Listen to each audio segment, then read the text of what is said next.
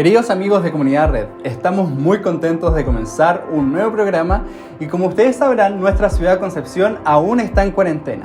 Es por eso que como comunidad hemos decidido lanzar una nueva serie de 3 sábados con 3 temáticas donde estaremos hablando y reflexionando sobre los temas que ustedes nos hicieron llegar a través de Instagram. Esta serie lleva por título Red Podcast. Y el día de hoy tendremos un invitado muy importante. Él es nuestro amigo, ustedes ya lo conocen, su nombre es Carlos Cepeda y junto a nuestro pastor estarán llevando esta interesante conversación en el tema central. Además, en nuestra adoración nos estarán acompañando nuestros amigos Susan y Boris, que nos han enviado un video de adoración muy lindo. Así que los invitamos a ponerse cómodos, llamar a su familia y adorar junto a nosotros el día de hoy.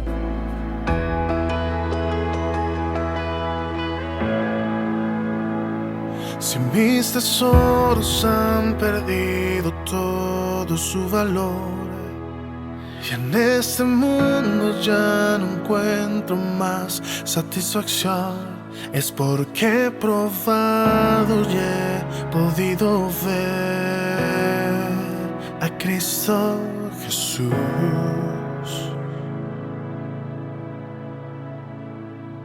Si todo es nada comparado a lo que hay en ti, lo que estimaba ya no es importante para mí, es porque he probado y he podido ver a Cristo Jesús.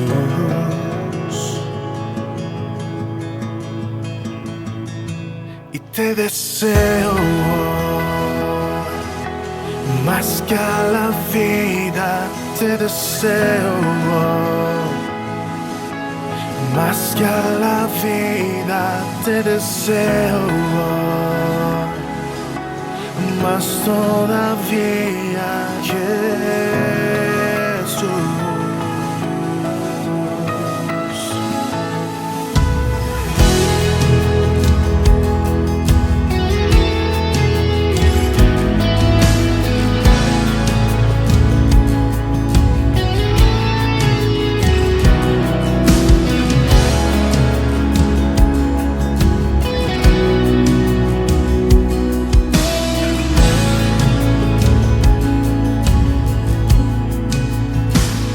Si todo es nada comparado a lo que hay en ti, lo que estimaba ya no es importante para mí, es porque he probado y he podido ver a Cristo Jesús, a Cristo Jesús.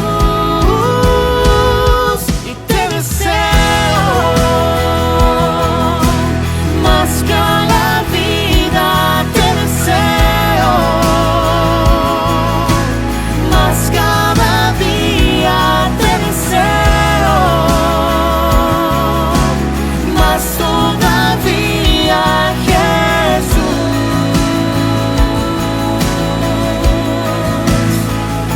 Y te deseo más que a la vida, te deseo. Más cada día, te deseo. Más todavía, Jesús.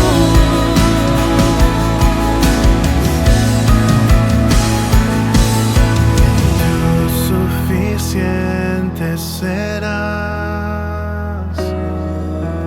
Tú suficiente serás. Hoy por la eternidad. Tú suficiente serás.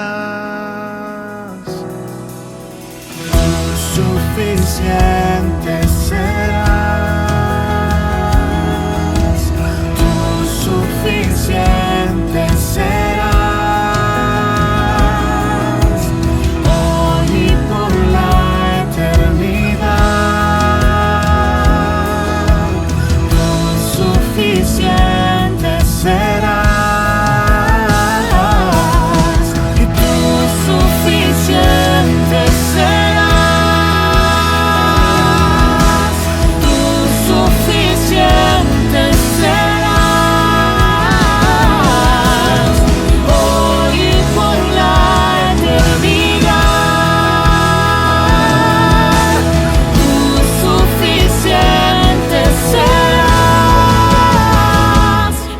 deseo, más que a la vida te deseo, más cada día te deseo, más todavía, Jesús.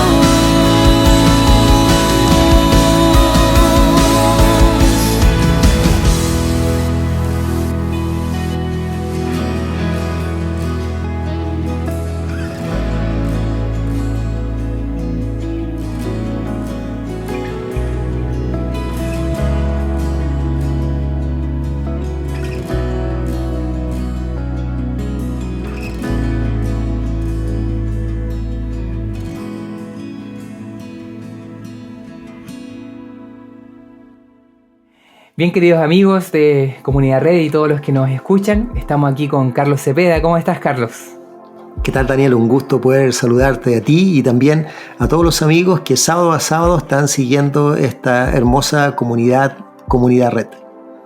Oye, Carlos, tenemos un tema muy interesante, así que ¿te parece que entremos de lleno con lo que vamos a ver? Claro que sí, porque el tiempo avanza rápidamente. Avanza rapidísimo. Mira, Carlos, nosotros hicimos una votación en Instagram que pedimos, la pregunta era, ¿qué temas crees que se necesitan conversar más en la iglesia? Y surgieron un montón de temas, ahí muchos jóvenes interactuaron y de eso nació esta serie, ¿no? De poder hacer estos tipos de conversaciones con reflexión profunda, práctica. Y uno de los temas fue aspectos que categorizamos en una sola categoría, que tienen que ver con el tema de las normas en la iglesia, ¿no? Por ejemplo, la vestimenta, maquillaje, aros, tatuajes, se repitió harto la vestimenta. Mira, y yo quisiera ya entrar de lleno en esto, porque hoy vamos a hablar acerca de todo esto, ¿no? Los agrupamos en esta categoría, pero vamos a ir al fondo del asunto, tratar de en estos breves minutos comentar un poquito esto. ¿Por qué crees tú que existe esta preocupación en los jóvenes? ¿Por qué se repitieron tanto estos mensajes, según tu visión, Carlos? Daniel, la verdad es que me sorprende que en este tiempo también se repita una preocupación que ocurría también en mis tiempos, en mi época también de juventud. Hoy día lo hacen por Instagram. En aquellos años de mi juventud a lo mejor era otra la modalidad, quizás en grupos de amigos, pero es interesante cómo se sigue repitiendo esta necesidad de poder abordar a lo mejor esta problemática. Y creo que aparece, Daniel, y lo recuerdo un poco relacionado a mis tiempos, aparecía en la iglesia esta temática cuando se veía o veíamos que de alguna manera alguien había sido dañado o se había dañado en esta relación dentro de la iglesia. Entonces, donde alguien a lo mejor apuntaba, criticaba, apartaba, ¿no es cierto? Y donde se establecía de pronto una norma como algo superior a un principio. Y cada vez que eso ocurría, producía, ¿no es cierto?, estos daños colaterales que veo que hoy día también estas generaciones son afectadas. Claro. Y daños profundos en personas, ¿no? Que muchas veces personas que tienen un deseo por buscar a Dios, pero que al final todas estas situaciones, ¿no? Que quizás alguien lo juzgó, alguien lo señaló, no se sintió bienvenido por ser de alguna forma o vestirse de alguna manera, y son daños complejos, ¿no? Porque yo he conocido casos, ¿no? Amigos que muchas veces quizás uno invita a participar de ciertos eventos cristianos, pero al final esto incluso genera que se vea la iglesia hoy, no solo la iglesia adventista, católica, la iglesia cristiana en general, como limitante, ¿no? Como un grupo de personas que simplemente les tienen que decir qué hacer. Yo he conocido varios casos. Una vez me he encontrado con personas que me dicen, ¿y por qué tú estudias teología, no? Tan joven y todo. No, para mí la religión se trata de limitarte nomás, de limitarte. Yo quiero vivir mi vida libre, ¿no? Uh-huh. Y está este sentimiento de que quizás en su tiempo, quizás participaron de alguna religión y se trató más de prohibiciones externas, superficialidades, más de algo distinto, ¿no? De un relacionamiento ahí profundo con Dios. Claro que sí, y además, Daniel, que debemos sumar que hoy día la mirada de lo que es la iglesia como institución también es una institución que no solamente a nivel nacional, sino que a nivel mundial hoy día está bastante cuestionada por distintas situaciones que han ocurrido también dentro de la iglesia, y hablo de la iglesia como una institución. Ahora, si eso lo traemos a nivel local, quizás cada persona dentro de su comunidad religiosa también se da cuenta de que de pronto también hay ciertas acciones que se realizan dentro de la iglesia, en los cuales también se hacen estas separaciones y ocurren, ¿no es cierto?, personas que se apartan de la iglesia porque encuentran que allí donde no debían ocurrir estas cosas ocurren. Y se sienten ellos, ¿no es cierto?, segregados, abandonados, cuestionados, criticados, en un entorno donde ellos creen, ¿no es cierto?, y todos pensamos que es un lugar de refugio, de protección, de sanación. Una casa. Exactamente. O sea, uno no espera que dentro de tu hogar tú seas atacado, sino más bien seas protegido. Exactamente. Carlos, y una pregunta ahí que podamos ir lanzando algunas ideas. ¿Por qué ocurre esto? ¿Por qué será que ocurre esto? Quizás haciendo un mea culpa como iglesia, ¿por qué será que dañamos a las personas en su propia casa, en un lugar donde deberíamos encontrar refugio? ¿Por qué ocurrirá esto? Y en relación a estos temas que son tan, ¿no?, tan de la superficie, manera de vestir, manera de actuar, ¿por qué será que ocurre esto? Daniel, yo creo, en mi propia experiencia, y yo colocándome también ahí como parte de esto, yo creo que es porque, de alguna manera, Daniel, nosotros, como cristianos, como seguidores de Jesús, perdemos el foco, distorsionamos la mirada y empezamos a darle valor y preocupación a aquellas cosas que no son sustanciales y nos perdemos. Y cada vez que hacemos eso y sacamos el foco, empezamos a mirar y empezamos a colocarnos en una categoría en la cual nos sentimos superiores. Y es por eso que de pronto nos encontramos hablando de nosotros los cristianos y el mundo, haciendo divisiones, separaciones, a lo mejor tomándonos de pronto, quizás en un fuera de contexto, de que estamos en el mundo pero no somos del mundo. Pero eso no es una razón para que nosotros hagamos una división entre que yo estoy en una categoría mejor, que soy ultra y súper especial, y eso me permite poder mirar y alejar a aquellos que no están en esa categoría. Ahí es cuando yo te digo que nosotros perdemos el foco. Y sabes que otra cosa que hace que nosotros perdamos el foco es lo que hablaste en un principio también, ¿no? De confundir la norma y pensar que la norma es un principio. Y yo creo que esto es súper necesario hacer la diferencia y quizás dialogar un poquito de esto, porque si hay una preocupación de los jóvenes que nos enviaron, hablemos de vestimenta en la iglesia, hablemos de tatuajes, es porque quizás se ha confundido el tema de norma y principio. Y mira, brevemente yo quisiera nombrarte 3 aspectos en los que el principio y la norma se diferencian. ¿Ya? Y es una tabla que hay en una predicación de Joel Barrios, que es un pastor allí que sigo bastante. Él hablaba acerca de esto y dice así: el principio en esas 3 categorías, en el espacio son universales, en el tiempo son eternos, y si son discutibles o no, un principio es indiscutible. El amar al prójimo, el no mentir, son indiscutibles, ¿no? Los principios son inamovibles. Pero ahora las normas en estas tres categorías, simplemente estas 3 categorías son distintas, porque en un espacio las normas son locales, pueden cambiar en distintas partes del mundo. A mí que me ha tocado viajar con viajes misioneros a distintas partes, yo me doy cuenta que las costumbres, incluso religiosas, de quizás mi misma iglesia adventista, son muy distintas en un lugar que en otro lugar, ¿no?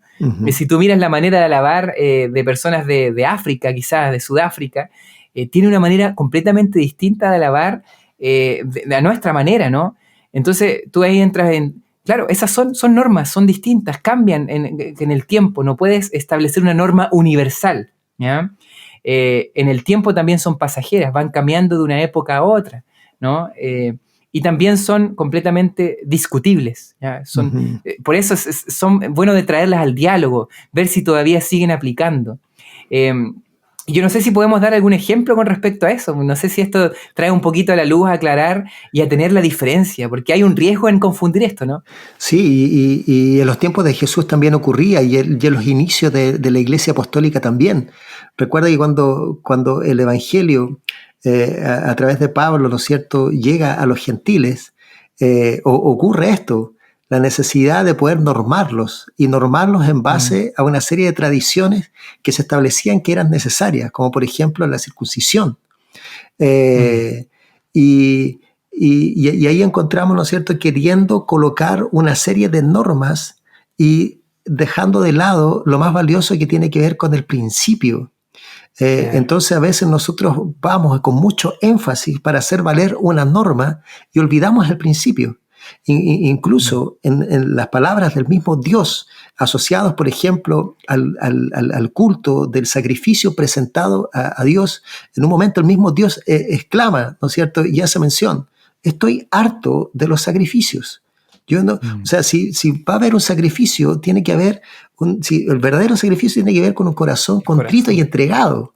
Ese es el principio, ¿me entiendes? Lo otro es la norma. Entonces, cuando nosotros tergiversamos, nuevamente lo que hacemos es cambiar el foco. Y cuando cambiamos... Categorizar, ¿no? Exacto. Y permíteme que yo ocupe el término a lo mejor del tema del foco, porque en términos de fotografía es cuando tú miras y te das cuenta que no estás viendo nítidamente, no ves claramente. Entonces necesitas hacer un ajuste de foco, un movimiento que te permita poder mirar ahora nítidamente. Yo creo que nosotros a veces avanzamos viendo las cosas difusas y yo me pongo en primer lugar en esto también, ¿no? Muchas veces sí, yo también. Dentro de esto establecemos normas y olvidamos el principio maravilloso que está detrás, ¿no es cierto?, que tiene que ver con la salvación, con la restauración, con lo que el Espíritu Santo desea y anhela hacer en cada uno de nosotros. Hoy un ejemplo de esto, Carlos, igual es el tema, por ejemplo, para poner un ejemplo, porque ahí ustedes después, la idea es que siga el diálogo en sus casas, hablar de esto creemos que es muy necesario y poder ponerlo en práctica también como seguidores de Jesús. Por ejemplo, el tema de la carne. Yo tengo amigos que son vegetarianos, que han decidido no comer carne. Yo fui un tiempo vegetariano también. Pero sabes que en esto muchas veces se puede caer en esto de norma y principio, ¿no? Porque ¿no comer carne será un principio? Y yo creo que no. No. Es completamente una norma, ¿no? Ajá. Pero ¿cuál es el principio detrás de la norma? El cuidar mi salud, ¿no? El que mi cuerpo es templo del Espíritu Santo y todo el tema. Entonces, pero ¿cuál es el riesgo? Cuando yo hago de la norma el no comer carne algo que debe ser quizás universal, o algo que me separa del resto, ¿no? O algo que, claro, si tú en realidad no has tomado esta decisión, es porque estás más lejos de Dios. Yo estoy más cerca, tú no. Por lo tanto, ahí ya se cae, incluso podemos confundirnos tanto de decir, ya, yo no como carne, pero quizás igual estoy perjudicando mi salud porque, no sé, quizás no hago ejercicio, quizás vivo una vida sedentaria o ingiero otras cosas que son quizás más dañinas incluso que el hecho de no comer carne. Exactamente. Entonces, ahí entra este juego, ¿no? Esto de tratar de, si tú tomaste la decisión de no comer carne, porque ahí puede alguno pensar, entonces las normas son malas. No, porque el que tú decidas quizás cuidar tu salud, con estas decisiones, es algo bueno, ¿no? Es algo que puede provocar algo positivo. Es completamente válido. El tema es que si tú tomas esa norma para poder establecer una división, para poder establecer una categorización, incluso en tu propia vida, porque a lo mejor no comes carne, pero no sé, eres desleal, a lo mejor estás mintiendo, a lo mejor estás traicionando a tu esposa o a tu esposo, pero no comes carne. Entonces tienes un elemento que te pone como en una categoría mayor que te permite poder mirar a los otros y volvemos al mismo punto, ¿no? Volvemos a perder de vista y a mirar nublado y distorsionado. Y ahí entra un tema y para entrar de lleno en esto hermoso, ¿no? Que nosotros queremos reflexionar también contigo a partir de la palabra de Dios, porque cuando miramos borroso es cuando no miramos como Jesús. Exactamente. Cuando empezamos a perder el foco, porque la manera verdadera de mirar y de vivir al final, Jesús lo dijo, ¿no? Yo soy la vida. Si nosotros nos queremos conectar con Jesús, tenemos que mirar como Él miró. Ujú. Por lo tanto, quizás esta es la raíz de todo, ¿no? ¿Por qué perdemos el foco?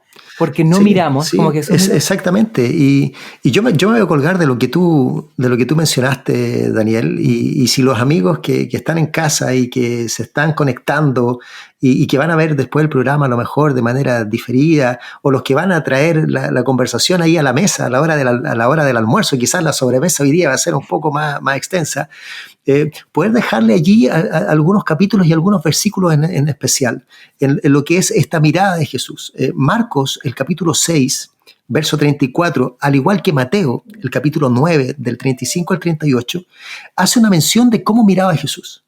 Y si nosotros establecemos esa relación, vamos a empezar a ajustar nuestro foco.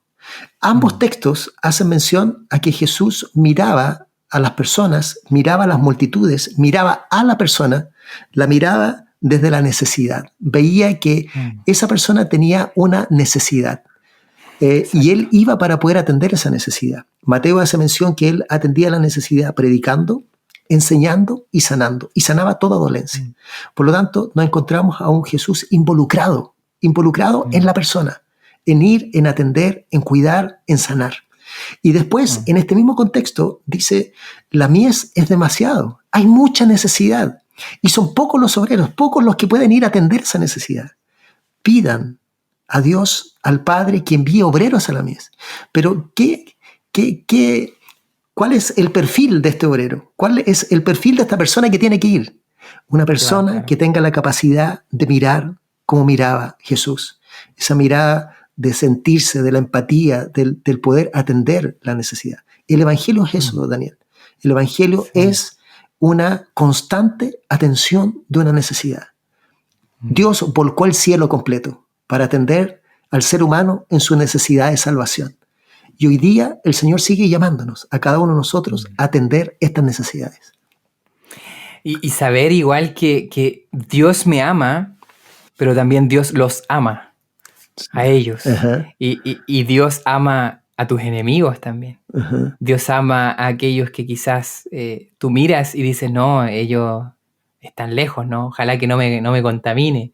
O no me voy a juntar jamás con ese ambiente. Es que la mirada de Claro. Jesús es completamente distinta. Es completamente distinta. Si incluso cuando los discípulos estaban discutiendo quién iba a ser el primero, la mirada de Jesús es, si alguno de ustedes quiere ser primero, hágase siervo de todos. Esa es la mirada de Jesús. La mirada de Jesús te invita a colocar la mejilla. La mirada de Jesús te invita a correr la segunda milla. La mirada de Jesús te invita a despojarte. La mirada de Jesús te invita a mirarte y a mirar a todos como iguales, como tu prójimo, como alguien a quien tú necesitas entregarle, y no como personas diferenciadas.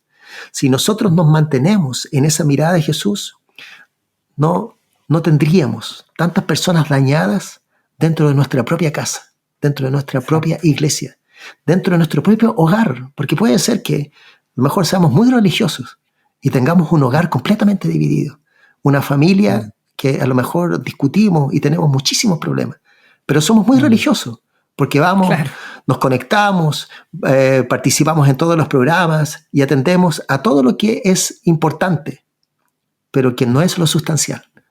La mirada de Jesús y la presencia de Jesús a través de su Espíritu en nuestra vida. Mientras nosotros discutimos si es que es correcto o no llevar marcas en el cuerpo, no sé, en relación con los tatuajes, Jesús está preguntándonos qué marcas estamos dejando en los otros, ¿no? Exacto. Cómo está siendo nuestra influencia en los demás, qué marcas llevamos, ¿no? Pablo incluso dice, es muy interesante en Gálatas, dice, ustedes hablen lo que quieran, pero yo por mi parte llevo las marcas de Jesús, llevo las cicatrices de Jesús en mi cuerpo. Por lo tanto, Pablo sabía que su vida era Jesús.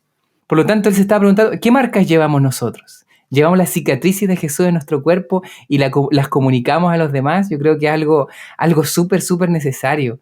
Y como tú dijiste, Carlos, tendríamos mucha gente menos herida en la iglesia. Qué necesario es eso, ¿no? Porque tanta gente que ha salido herida del hogar, de la casa, del lugar donde tú te tendrías que sentir amado tal cual eres, pero no, es el lugar donde muchas veces hay más juzgamiento, hay más personas que pelean, que miran en menos. Entonces, qué triste es convertirnos en eso, ¿no? Muchas veces para el mundo. Y lo difícil que también se hace producto de que a lo mejor algún comentario, y yo vuelvo a mencionar, puede ser que también haya sido un comentario mío, alguna torpeza de mi parte, alguna cosa que a lo mejor mi lengua fue más rápido que mi mente y juzgué y dije algo y eso causó un daño en aquella persona y esa persona dejó de asistir. Ya esa persona hoy día está sentida y está sentida por una relación. ¿Y cómo está sentida por una relación? Involucra a la iglesia, porque no está la mención en la cual se dice... por ejemplo, el cuerpo, si tú cometes algo con tu cuerpo, golpear algo, un corte, algo, tú te resientes completamente. En términos del cuerpo que compone la iglesia es igual. Aunque haya habido una relación de un hermano con el otro y que eso haya traído una división, esa persona que sale hace mención a que es la iglesia. Quiere el cuerpo. Es el cuerpo. Y qué difícil se hace poder volverse después de eso. Y allí está la necesidad de esa búsqueda, de esa atención, de esa mirada, de esa necesidad, de esa mirada de compasión que a veces falta en cada uno de nosotros. Y Carlos, como para ir llegando al final de esta reflexión, los minutos se nos van volando en conversaciones. Yo cuento con Carlos, nos quedamos a veces hablando en la sobremesa cuando todavía se podía juntar horas hablando, dialogando. Y nosotros creemos eso, que el Espíritu de Dios se mueve cuando hay reflexión, cuando nos escuchamos, y queremos de hecho eso generar en estas predicaciones con un formato distinto. ¿Cómo podemos llegar a mirar como Jesús nuevamente, Carlos? Si podemos quizás dar algunas últimas reflexiones prácticas en cuanto a eso. ¿Cómo llegar a mirar como Jesús? Nos quedan unos 7 minutos. 6 minutitos. La gran necesidad para poder nosotros mirar como Jesús es poder rendirnos completamente. Es poder establecer una relación diaria con Dios. Y poder establecerla desde nuestra propia necesidad, que va más allá de una técnica o de una disciplina que podamos establecer. Porque yo les podría decir hoy día, amigos, mira, lo que necesitan es poder orar cada día y estudiar su palabra cada día, y yo estoy seguro que ustedes saben eso. El tema es por qué, aún sabiéndolo, no avanzamos con éxito. Porque muchas veces establecemos que nuestra relación está basada en una técnica, en un método, en una disciplina, y no en esta necesidad. Exactamente, ¿no? Y no en esta necesidad de poder unirnos completamente a Dios y entregarnos. No tiene que ver con cuánto yo puedo hacer o cómo Dios puede ayudarme, porque no tiene que ver con la ayuda. Creo que muchas veces fallamos en eso cuando le decimos, Señor, por favor, ayúdame para poder despertarme temprano y poder leer la Biblia. Ayúdame para poder orar más. Yo le diría hoy día, mi amigo, mi amiga, tú que nos estás escuchando ahí desde el otro lado y que sin duda van a comentar este tema ahí a la hora del almuerzo, deja de pedir que Dios te ayude y comienza a pedir de que Dios haga y que Él haga de una vez, porque cada vez que pedimos su ayuda, ¿no? Entramos nosotros y como que, Señor, esto lo vamos a hacer juntos. No. El mérito. Exacto. Y lo que Dios quiere hacerlo, Él quiere entrar y quiere obrar y quiere llenarnos completamente. Cuando eso ocurre, entonces comienzas a alinearte no solamente con la mirada de Dios, sino con el pensamiento de Dios, con el plan de Dios, con el propósito de Dios. Y Dios comienza a obrar de manera especial ahí en tu vida. Exacto. Y Dios es experto en involucrarse con las personas. Jesús se involucraba con las personas, estaba allí. Y yo creo que ese, por mi parte, es un consejo igual práctico que yo mismo estoy practicando, de escuchar a las personas. De no simplemente ver personas por lo distinto que pueden ser a ti, ¿no? No simplemente ver y para nada, ¿no? De ver un tatuaje, una vestimenta que no es adecuada según tu postura, sino que tratar de conocer a las personas. Yo creo que eso nos falta como iglesia, abrirnos a conocer la realidad de las personas, la historia que hay detrás, sus creencias, sus luchas, y sin duda nos pueden enseñar muchísimo estas personas. Por lo tanto, es eso. De hecho, la evangelización es con respecto a eso. Muchas veces pensamos evangelismo, ¿no? El misión es convertir al otro en que cambie y sea parte de este club, ¿no? De esta religión. Pero a mí me gusta mucho una definición que un teólogo, un pastor escribe, que evangelismo es simplemente un mendigo diciéndole a otro mendigo dónde encontró su pan, ¿no? Tener una visión equilibrada de quiénes somos nosotros. Somos simplemente mendigos, como tú hablaste, necesitamos. Todos tenemos una necesidad. Tu vecino tiene una necesidad de Dios y por lo tanto nosotros para nada, si es que no estamos quizás haciendo algo para llenar esa necesidad, bueno, no seamos impedimento para que ellos lleguen a Dios, porque muchas veces somos piedra de tropiezo. Por lo tanto, yo creo que eso, involucrémonos con la realidad de las personas y veamos a nosotros como también personas que necesitan cada día experimentar la gracia de Dios. Carlos, un último mensaje para la gente que está ahí conectada en estos 2 minutitos que quedan. Ok, Daniel, y a las personas que nos están escuchando ahí, yo quisiera dejar y dedicar mis últimas palabras a todas aquellas personas que nos están viendo, están escuchando esto, han sido invitadas y que a lo mejor durante mucho tiempo ha dejado de congregarse, porque a lo mejor algo ha ocurrido, alguna relación se ha roto allí que ha dejado de congregarse. Yo quisiera, si tú estás esperando de que eso se pueda sanar a nombre a lo mejor de aquello que ocurrió, de aquella persona que te dañó, puedes pedirte perdón y que por favor no tomes esa situación como algo que te impida poder volverte para poder establecer tu relación con Jesús. Así es que donde estés, vente y vuélvete de una vez, porque se te extraña y se te necesita también. Y si ha ocurrido, hemos sido parte de apuntarte, de criticarte, por favor, perdónanos. Cada uno de nosotros está avanzando en esta gran necesidad de poder encontrarnos y ser atendidos por Jesús a través del maravilloso poder de su Espíritu Santo. Por lo tanto, yo espero que Él pueda sanar tus heridas y nos permita a todos poder encontrarnos, congregarnos, ya sea a través de este medio o cuando ya todo pueda volver a la normalidad y podamos volver a encontrarnos. Y el Señor te pueda bendecir, acompañar y sanar aquello que a lo mejor nosotros como iglesia, como cuerpo, hemos provocado y hecho en tu vida. Por favor, perdónanos. Y el Señor te bendiga, te cuide y permita que muy pronto podamos encontrarnos, abrazarnos y seguir avanzando como hijos suyos. Muchas gracias, Carlos, por acompañarnos y los dejamos invitados a esta serie Redcast. Se vienen buenísimos temas a futuro y ya el día de hoy fue muy especial, así que te agradezco, Carlos, y nos veremos el próximo sábado, ¿les parece? Que Dios los bendiga mucho y sigamos hablando, sigamos dialogando y reflexionando con lo que Dios quiere decirnos. Que Dios los bendiga. Chao, chao. Adiós. Gracias, Daniel.